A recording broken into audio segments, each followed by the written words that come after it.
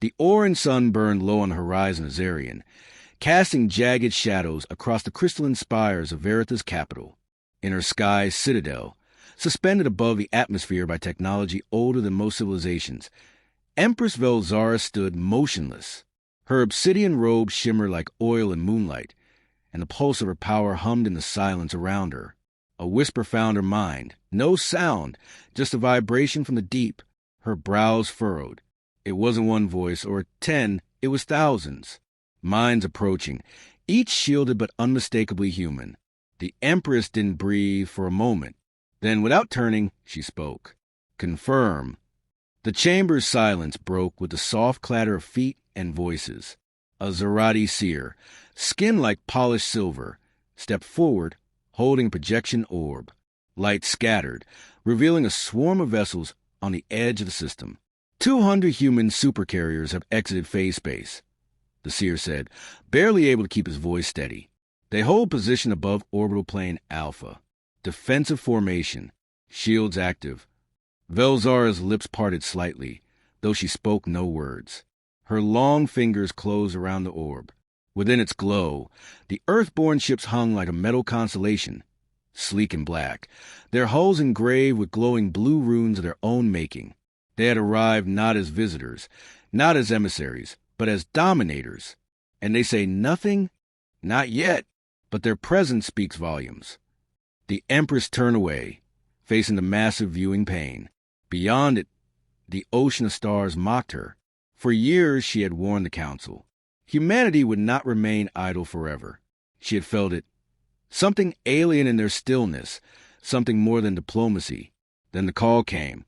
A sphere of hard light bloomed in the center of the chamber. A man stepped forward within it, tall and broad-shouldered, wearing a uniform of understated authority. He had no weapons, but his calm demeanor cut through the room like a blade. His voice was amplified, not electronically, but psychically, deliberate and piercing. I am Admiral Dane Vurick of the Terran Unity Fleet. By order of the Earth Alliance and the Collective Council of Worlds, we are here to establish orbital dominance. This is not a declaration of war. This is a declaration of presence. Velzara's eyes flared. The audacity! Her mind lashed out instinctively, probing the projection, but found no mind. It was only a message. She withdrew with a snarl. Dismiss him. The projection blinked out, but the damage had been done. Around her, the psychic resonance of her court trembled. The Xarathi were powerful, ancient, bound in mind and spirit, but they had never encountered such calm assertion from a younger race. The Empress clenched her jaw and descended the floating dais. Her handmaidens parted. We were not warned, she hissed. There were no emissaries, no preliminary contact. They bypassed every protocol. The seer hesitated. Perhaps that was the message, my sovereign. She halted. Her gaze could have frozen suns. Do you fear them, seer? I fear only what we do not understand. Then you should fear me more. She swept past him, her mind already unraveling the thousands of threads that held the Empire together. The military, the psychic network, the citizen mind, all would need reinforcement. All would have to hold.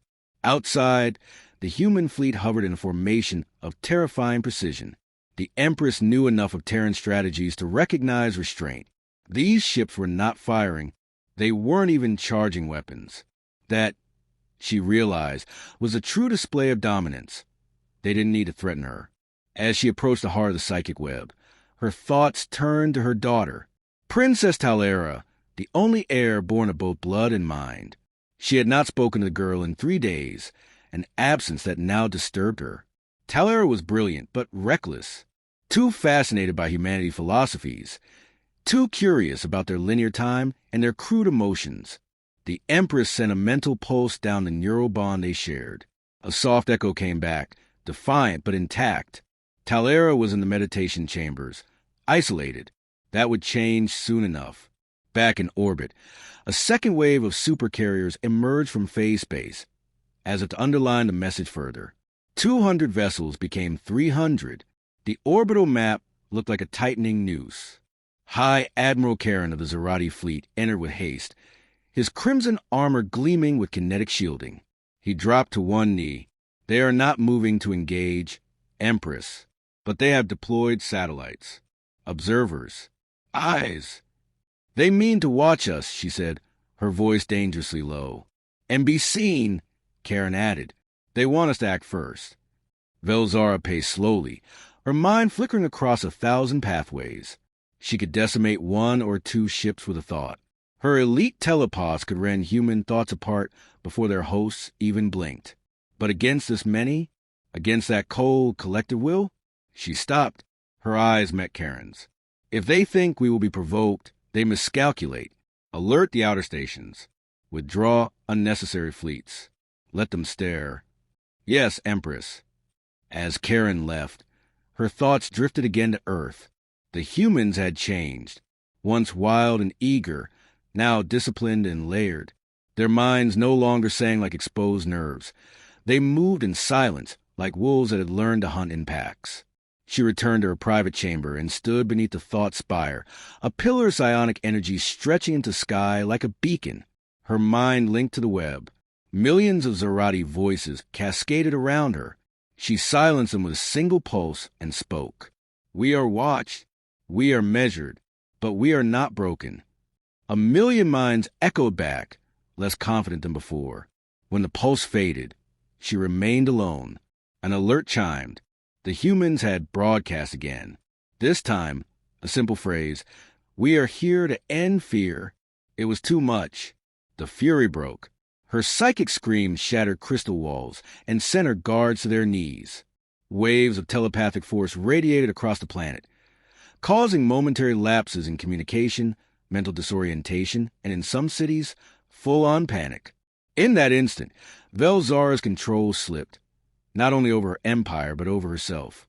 Alone, in her splintered mind, she saw a vision, not of war, not of peace, but of something else.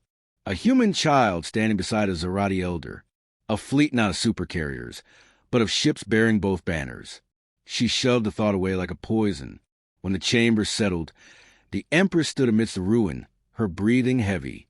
For the first time in 2 centuries, she felt something foreign, and it chilled her. Not fear, but inevitability. The humans would not attack. They didn't need to, and that terrified her more than any battle could. Princess Talera watched the Earth fleet from the edge of Xarian's upper stratosphere, seated within the petal-shaped cockpit of her personal skimmer.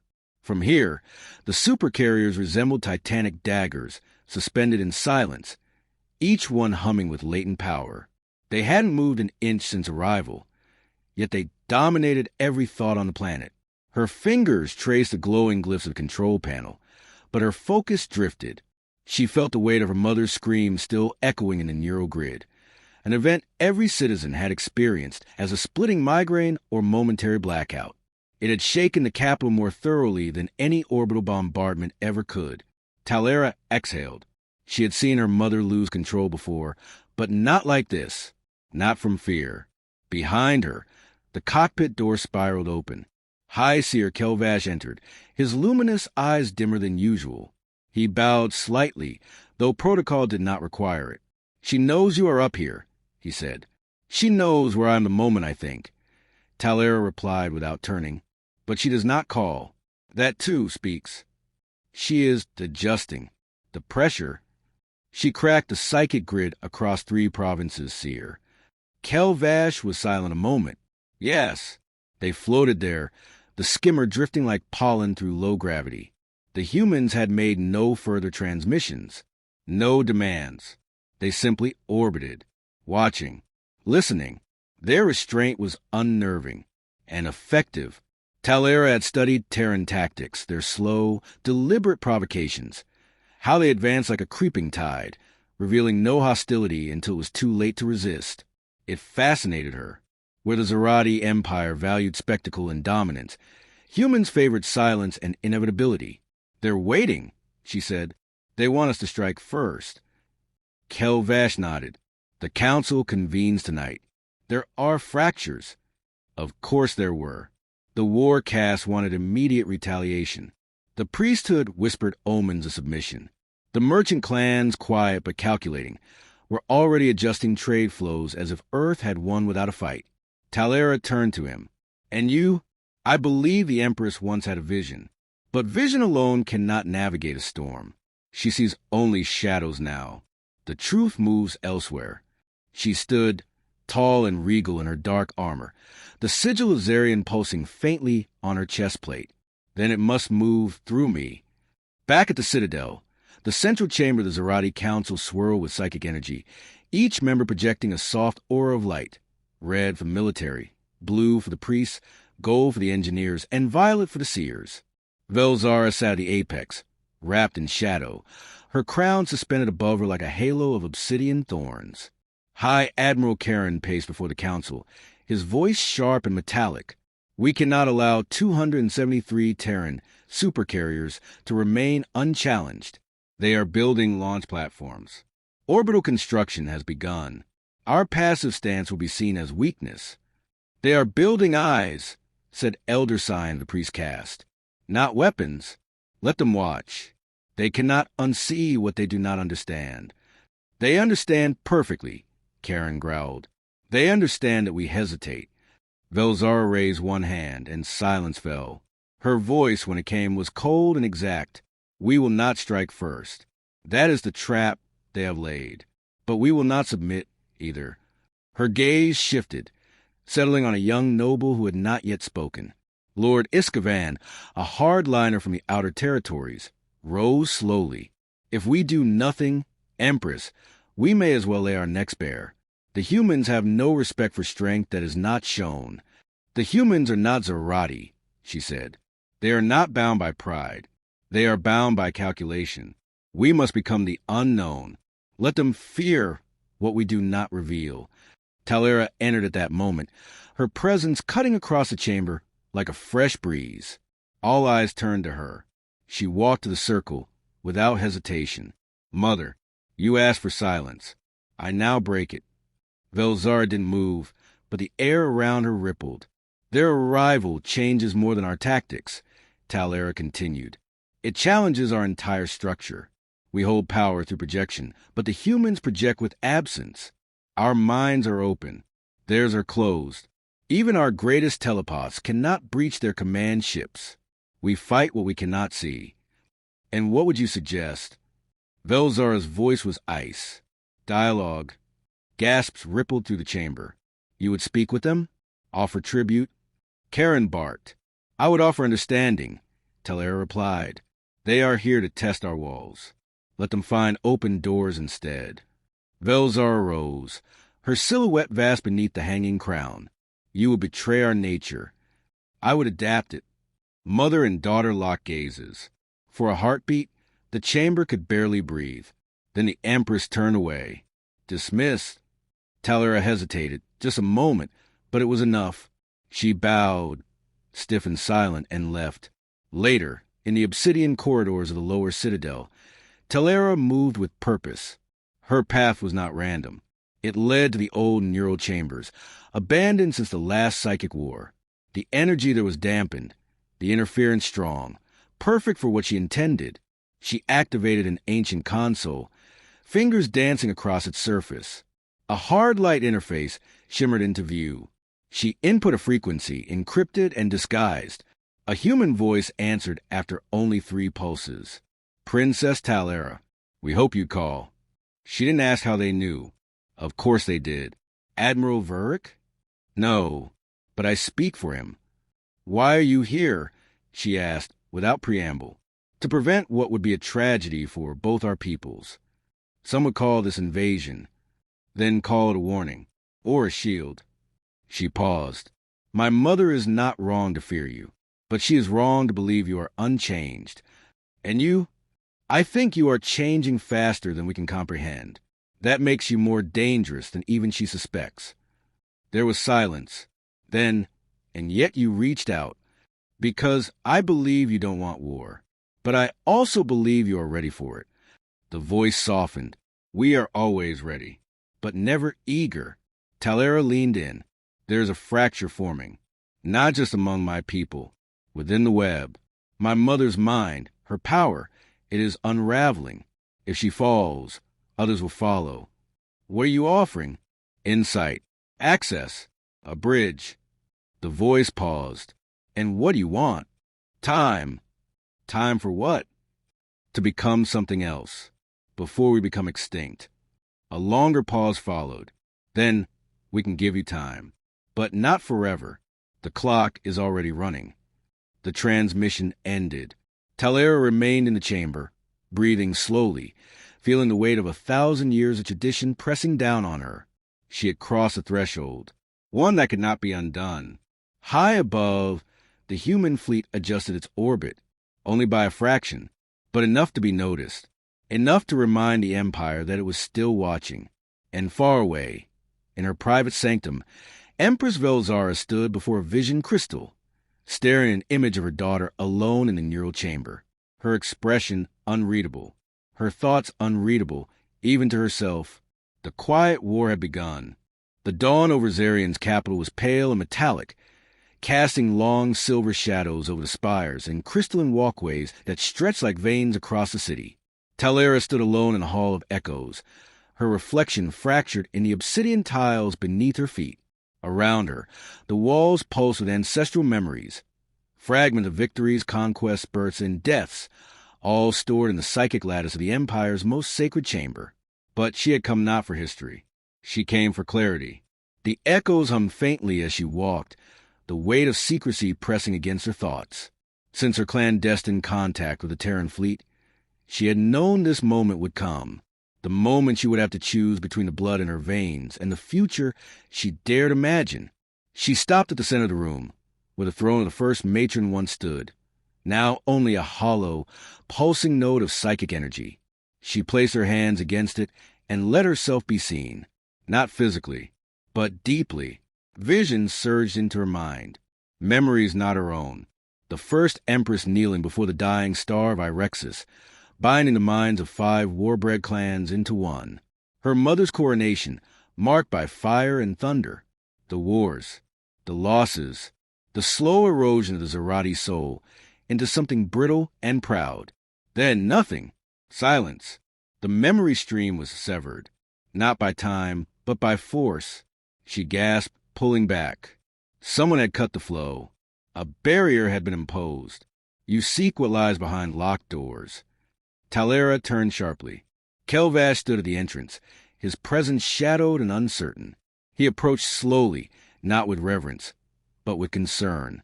I wanted to see where we began, she said. And did it tell you how we end? She shook her head. It refused. He nodded. Then you already know. The web is breaking. Your mother holds the threads too tightly. They fray in her grip. Why won't she let go? Because she fears what lies beyond her control more than she fears death. Or you. Talera studied the seer. She's seen my thoughts. Only glimpses. Enough to doubt you. Not enough to stop you. She stepped away from the node. Then I need to give her something she can't ignore. On the orbital rim, the human supercarrier Ardent Storm remained silent but vigilant. Its hull, a smooth expanse of dark alloy, bristled with passive sensor arrays and weapon emplacements that had not yet powered up. Within its command deck, Admiral Vurick paced slowly before a projection of Xarian's capital, watching as countless data streams merged and diverged. He turned as the secure channel activated. She reached out again, his adjutant said. Vurick approached the terminal. Talera's face appeared, calm, unreadable. I have something, she said. I'm listening. A summit, neutral ground. No weapons, no entourage. Just you and me? Vurick raised an eyebrow. The last time someone invited me to neutral ground, I left without a ship. I'm not my mother. I don't need to deceive you. He studied her for a moment. You understand the optics of this. If you're discovered, I already have been. This is not for secrecy anymore. It's for momentum. If we wait, others will act, either on your side or mine. We must move first. He hesitated. Location? She transmitted coordinates. Vurick recognized them instantly. The ruins of Herthel, an abandoned moon station from the last contact war. Atmosphere thin, but breathable. Remote, scarred, symbolic. I'll come, he said. But know this. If this is a trap, I won't die alone. It's not a trap, but it may still be dangerous. The station surface was cracked and pitted, old fire lines etched into the rock like scars.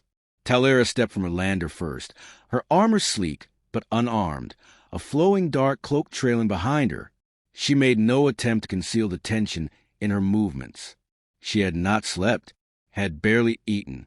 The choice she made here would either save her world or seal its fate. Vuric arrived minutes later, descending on a dropship flanked by a single escort drone. He stepped out slowly, unarmed, but carried the weight of a man who had spent decades making impossible choices. They met in the center of the station's main concourse, an ancient amphitheater now overgrown with lichen and time. No ceremony, no guards, only two leaders who had chosen to step away from the brink. "You chose this place intentionally," Vuric said. "It was where we last spoke peace," she replied. "It ended badly." She nodded, but it was still a beginning. They sat opposite one another on cold stone. For a while, they said nothing. Then Vuric leaned forward. "Why are you really doing this? You've seen what we bring. You know what we're capable of." "I do," she said, "but I also know what we've lost. Our empire is a shell. Proud, yes. Powerful, perhaps, but hollow. My mother rules with memory, not vision, and that memory is decaying. And you think an alliance is a solution?" "No," Talera said. "I think transformation is. But we cannot change alone. We need friction, challenge, perspective. You bring all three." Vuric considered that. "You're risking everything. Your life, your future. So are you." He smiled faintly. "I've never known a Xarathi to admit mutual vulnerability. Then perhaps you've never known one trying to survive the end of their world."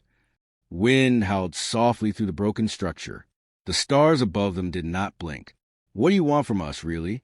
Vuric asked. "Space, time, knowledge, and perhaps one day, kinship. That's a long road. The best ones always are." A silence settled between them again, heavier this time. Then Vuric spoke quietly. "There are factions within the Terran Union who want war, who think your empire is a threat that must be eliminated entirely. I believe them. They will not wait forever. I can delay, but not indefinitely. Then let this be our opening." She reached into her cloak and drew out a small crystal, glowing softly, humming with encoded thought. "This contains part of the web. Not enough to compromise us, but enough to understand us." Vuric accepted it cautiously. This alone could shift the balance. "It already has. You just haven't seen it yet." They stood together, neither entirely trusting, yet not enemies.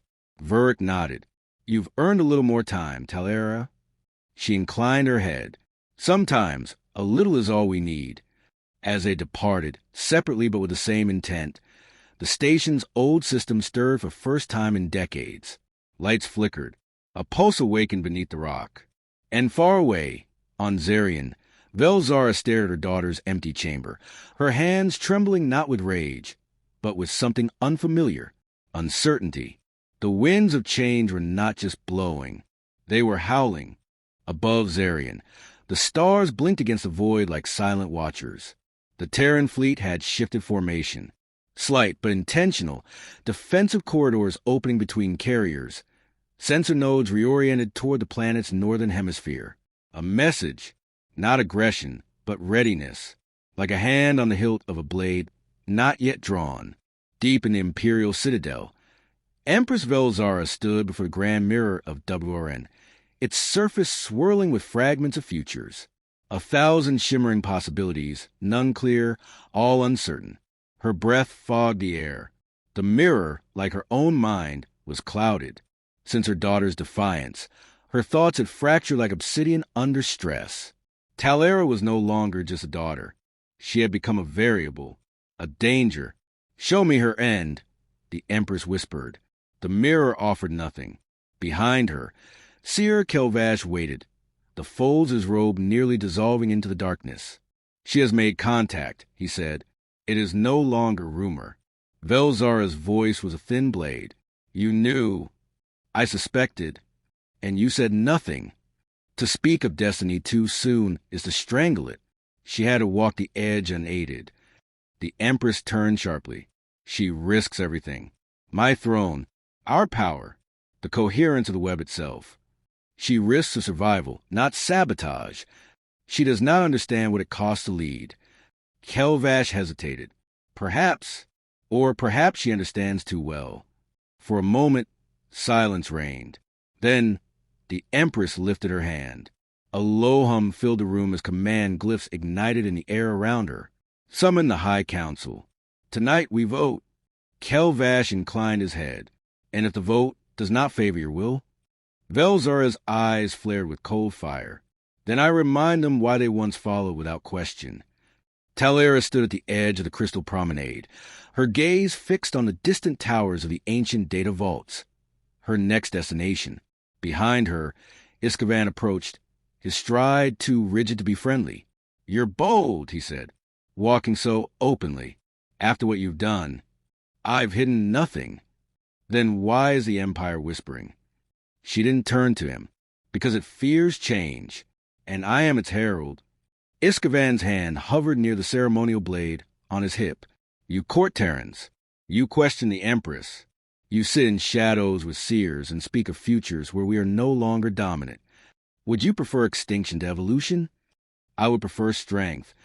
She faced him then, eyes hard, then learn a new kind, or fall with the old. He moved forward, quick and sure, but didn't draw. His hand lingered at the hilt, a threat unspoken. You won't survive the vote, he said. She smiled faintly. Then I'll make them remember me. The council chamber seethed with psychic energy. The vast hall, with its spiraling pillars and pulsing light vaults, had not felt such tension in generations. Representatives from every caste, province, and bloodline had gathered, warriors in polished armor, thinkers in layered robes, technocrats with glowing data filaments braided through their hair. At the center, Velzara stood beneath the throne spire, her crown suspended once more above her head, casting corona of light across the floor. Her voice cut through the growing murmurs. We are no longer speaking in secrets. My daughter has conspired with our enemies. She offers them knowledge, influence, pathways into our minds. I will not allow this. Talera stood before her, alone. No retinue, no armor, only a shard of the ancient web pulsing in her hand. I have offered them a bridge, not a weapon, she said. We are bleeding in silence, and you would rather the world never see the wound. Karen, the High Admiral, stepped forward. And if they cross your bridge with armies? They haven't. They could have. They didn't. 200 supercarriers orbit us, and not one is fired. That's not peace, Velzara snapped. That's siege. Talera raised a shard. Then negotiate from within it. Learn their shape. Let us become something they cannot predict. Velzara descended the steps slowly, each motion laced with restrained fury. You would dilute our blood, mix legacy with fear. I would save it. You would replace strength with compromise. I would redefine it. They stood eye to eye, the ancient and the emerging, and then Velzara turned to council. Let us vote. One by one, the glyphs of agreement or dissent ignited above the heads of council members. Some flared red for tradition, others green for change. Some pulsed in shifting shades, hesitation, conflict, fear. As the final glyph flickered into life, silence blanketed the hall. The balance was clear. Barely, but decisively, it tipped toward Talera. The Empress did not move. Then, without word or gesture, she dismissed the chamber. That night, as the moon Ralthun rose, Talera stood atop the wind spire of the citadel, staring out across the glittering skin of the city. Below, news of the vote spread like fire. Some celebrated, others rioted. The Empire was not unified, but it had chosen. Footsteps echoed behind her. Velzara approached, her hair unbound for the first time in living memory. You are Empress now, she said softly. Talera nodded. Not officially. It will come. They stood together, the distance between them greater than space. I have seen what's coming, Velzara said. So have I. You still believe you can change it? I believe we must. The elder woman studied her daughter's face, then reached into her robe and drew forth the Empress's crown. Not suspended, but solid. A thing of weight and blood and expectation. I carried it too long, she whispered. Talera did not take it. Not yet. I don't want to rule, she said. Then you are ready to. And together, they watched the stars. Above them, the Terran fleet pulsed once. Subtly, acknowledgement perhaps, or simply observation. But within the ardent storm, Admiral Vurick received the encrypted signal. 3 simple words. It has begun. And in every command deck, every carrier, every human mind trained on Xarian, one question formed. What will they become?